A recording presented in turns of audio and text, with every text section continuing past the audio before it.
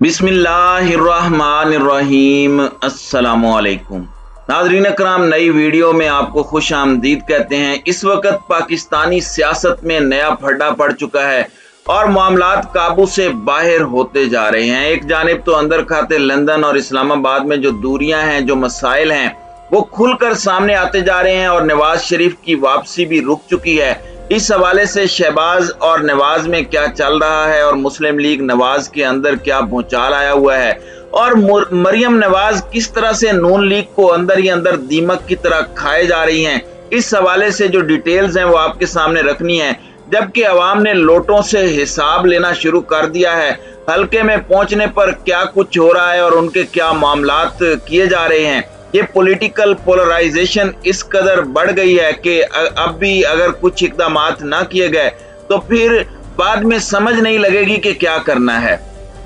जबकि आसिफ अली जरदारी ने एक खतरनाक खेल का आगाज कर दिया है और मुक्तदर हल्के, पाकिस्तान के जो ताकतवर हल्के हैं, उन पर दबाव बढ़ाना शुरू कर दिया है। ये सारी की सारी कुछ डिटेल्स बड़ी एक्सक्लूसिव हैं जो आपके सामने रखनी है। लेकिन सबसे पहले मैं आपको बता दूं कि इस वक्त हमारी इंपोर्टेड हुकूमत, जिसके पास जहर खाने के लिए पैसे नहीं है और कौमी खजाना मुकम्मल तौर पर खाली है और अवाम के ऊपर मुश्किल फैसलों का बोझ, ये मुश्किल फैसले तो नहीं, महंगाई का जिन है। लेकिन जाहिर सी बात है कि जब मीडिया को आप करोड़ों या अरबों रुपए के इश्तिहारात दें तो फिर वो महंगाई को मुश्किल फैसले ही बुलाएंगे। तो एक जानिब तो करोड़ों के इश्तिहारात देकर यह बताया जा रहा है कि कौमी खजाना खाली है, जबकि दूसरी जानिब वजीर आजम हाउस की तज़ीनो आराइश की जा रही है, उनकी शाख खर्चियां जारी हैं। वहीं अब जो वजीर खजाना मिफ्ता इस्माइल साहब हैं,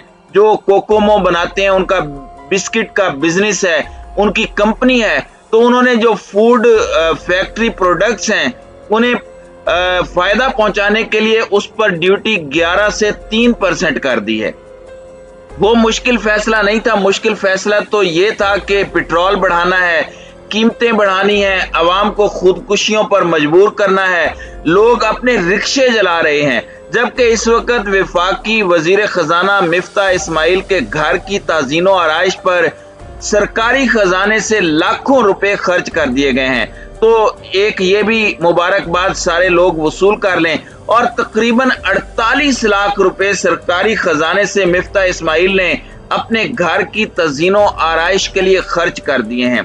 अब इसके बाद भी अगर ये अवाम के सामने आकर मुश्किल फैसलों का राग अलापने या मुश्किल फैसलों का मंजन बेचने की कोशिश करें और अवाम की जिंदगी अजाब बनाएं, तो हम क्या कर सकते हैं। ये कौम तो बस इतना कर सकती है कि पेट्रोल की कीमत बढ़ जाए तो 12 बजे से पहले पेट्रोल पंप पर लाइन लगा दें और एक आखिरी टैंकी पुराने रेट पर हम फुल करवाएं, और इससे ज्यादा हम क्या कर सकते हैं। ये वही मिसाल है जो बार बार मैं पहले भी देता आया हूं कि एक बादशाह एक पुल पार करने के लिए शर्त लगाता है कि हर आदमी को 50 जूते पड़ेंगे, तभी वो पुल पार कर पाएगा।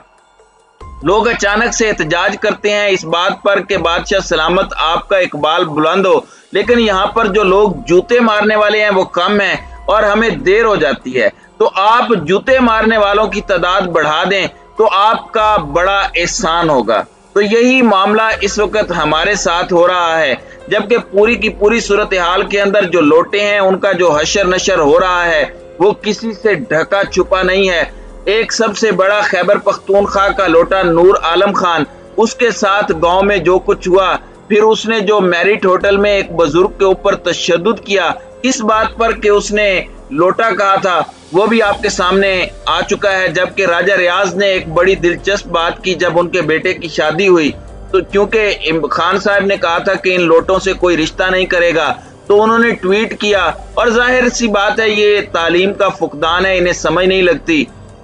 इन्होंने कहा कि देखो मेरे बेटे की शादी हो गई है, ठीक है, यानी उन्होंने खुद मान लिया कि मैं लोटा हूं, तो उन्हें इस बात की परेशानी नहीं है, लेकिन बेटे की शादी की बड़ी खुशी हुई। दूसरी बात यह है कि इन्होंने उसकी शादी के बाद वलीमा जो है आबाई इलाके की बजाय लाहौर में रखना मुनासिब समझा और बहाना ये बनाया कि सारे वीआईपीज यहाँ आसानी से आ सकते हैं। इसकी वजह ये नहीं है कि वीआईपीज नहीं आ सकते थे, इसकी वजह यह है कि आबाई इलाकों के लोग जो हैं वो इनको लित्तर मारने के लिए तैयार बैठे थे। ये अपने घर से 2-4 कदम की दूरी पर मस्जिद नहीं जा सकते, अपने घरों के ड्राइंग रूम्स के अंदर ये नमाज पढ़ते हैं और ये इस वक्त मुआशरे के अंदर इबरत का निशान बन चुके हैं। तो नाजरीन कराम, अवाम का शऊर बढ़ चुका है और जो लोटा होता है वो तो ना घर का होता है और ना घाट का। नदीम अफजल चंद साहब पहले ही कह चुके हैं कि ये हमारी हुकूमत नहीं है, जबकि आईएसआई को स्पेशल वेटिंग एजेंसी का स्टेटस दिया। इस मामले के ऊपर भी देख लें कि उनकी जमात ने कह दिया कि हम इस मामले पर इनके खिलाफ हैं। फिर दीगर इदारों के ऊपर भी प्रेशर बढ़ाया जा रहा है। फिर जनरल फैज हमीद जब अफगानिस्तान गए और पाक फौज के बिहाफ पर उन्होंने टीडीपी के साथ जंग बंदी का मुआहदा कर लिया।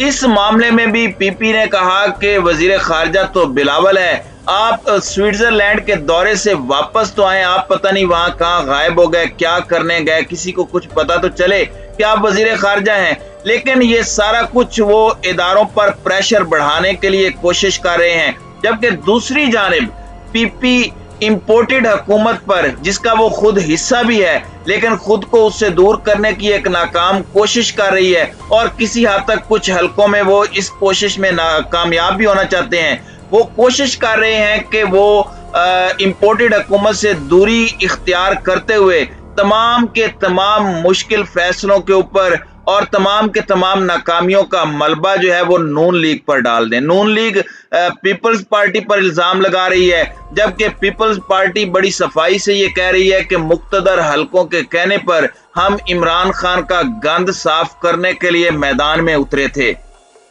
तो अवाम इस वक्त गालियों पर उतर आई है। न जाने वो कौन से लोग हैं जिन्होंने ये एक्सपेरिमेंट किया, और इस एक्सपेरिमेंट के चक्कर में पूरा मुल्क जो है वो तबाह करके रख दिया और इंपोर्टेड हुकूमत को यहाँ पर ला खड़ा किया। फिर खुर्शीद शाह साहब जो हैं उन्होंने पार्लियामेंट में खिताब किया है और उन्होंने अपना गुस्सा और भड़ास निकाली है और उन्होंने कहा है कि वजीर आजम की शक्ल तक हमने नहीं देखी, बजट के ऊपर कोई सियासी बहस नहीं हो रही, आप इस बजट के इजलास को खत्म कर दें वरना मैं कोरम का मसला बनाकर ये इजलास खत्म करवा दूंगा। तो पीपल्स पार्टी और नून लीग के अंदर फड्डा जो है वो वाज़ेह तौर पर नजर आ रहा है। पीपल्स पार्टी पंजाब के अंदर सीटें चाहती है, जबकि पंजाब के अंदर बड़ा हिस्सा मांगने की वजह से पीपल्स पार्टी के साथ नून लीग जो है वो उसका साथ नहीं दे रही और वो नहीं चाहती कि पंजाब के अंदर पीपल्स पार्टी आए। पीपल्स पार्टी को ना तो गवर्नरशिप मिली है, सदर आसिफ अली जरदारी को वो पहले हटा नहीं सके। बलीगुर रहमान जो नून लीग के गवर्नर हैं, जिन्हें नून लीग ने पीपल्स पार्टी की जगह पे रखा है, पंजाब के अंदर उन्होंने कल जिस तरह से कानून पास किया और उस पर पीटीआई जो है वो अदालत में चली गई है। तो नून लीग की अपनी सूरत हाल भी अच्छी नहीं है, वजारतों पर इनके कुछ लोग नाराज हैं। कुछ हलकों के अंदर जहां पर ये लोटों को टिकट देने वाले हैं वहां पर इनका अपना कारकुन और टिकट होल्डर नाराज है। नवाज शरीफ लंदन से बैठकर कितना कंट्रोल कर सकते हैं, जब तक कि वो खुद फील्ड में ना उतरें उनसे ये मुकम्मल तौर पर कंट्रोल नहीं हो रहा। उनकी प्रेजेंस इस वक्त पाकिस्तान के अंदर बहुत जरूरी है। जबकि इस सारे के सारे मामले में मरियम नवाज का एक एतराज ये भी है कि मरियम के जो वफादार हैं उन्हें वजारतें नहीं दी जा रही, जवेद लतीफ को वजारत नहीं दी गई, शायद खाकान अब्बासी वजीर नहीं बने, लेकिन वो वजारत तवानाई में दखल अंदाजी कर रहे हैं। बहुत ज्यादा कन्फ्यूजन है। वजारत तवानाई में मुसद्दिक मलिक और खुरम दस्तगीर परेशान बैठे हैं कि ये शायद खाकान अब्बासी क्या कर रहे हैं। वो शहबाज शरीफ को शिकायत लगाते हैं और फिर शहबाज शरीफ को बड़े भाई कहते हैं कि नहीं, शायद खाकान भी देखेगा। तो जैसे दो वजीर खजाना हैं, इसी तरह दो वजीर आजम हैं। एक हमारा एवन फील्ड में वजीर आजम चल रहा है, जबकि औरंगजेब इस वक्त सिर्फ प्रेस कॉन्फ्रेंसेस तक महदूद हो गई हैं, इसलिए कि वजारत इत्तलाआत इस वक्त मरियम नवाज के पास है। इन चीजों का गवर्नेंस पर जो गंदा और बुरा असर पड़ रहा है वो मुल्क का मजीद बेड़ा गर्क कर रहा है और जरदारी इस सारे के सारे मामले में अपने एजेंडे पर अमल पैरा हैं। शेख रशीद की स्टेटमेंट ऑन द रिकॉर्ड है कि आसिफ अली जरदारी गैर मुल्की एजेंडे पर कौमी असम्बली से खौफनाक काम लेने वाले हैं।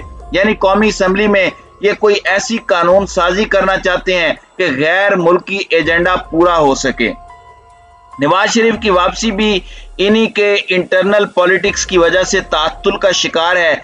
इस सारे मामले में सिर्फ मुल्क का बेड़ा गर्क हो रहा है, सियासत का बेड़ा गर्क हो रहा है और मरियम नवाज और नवाज शरीफ के कैंप में परेशानी और फ्रस्ट्रेशन बढ़ती जा रही है।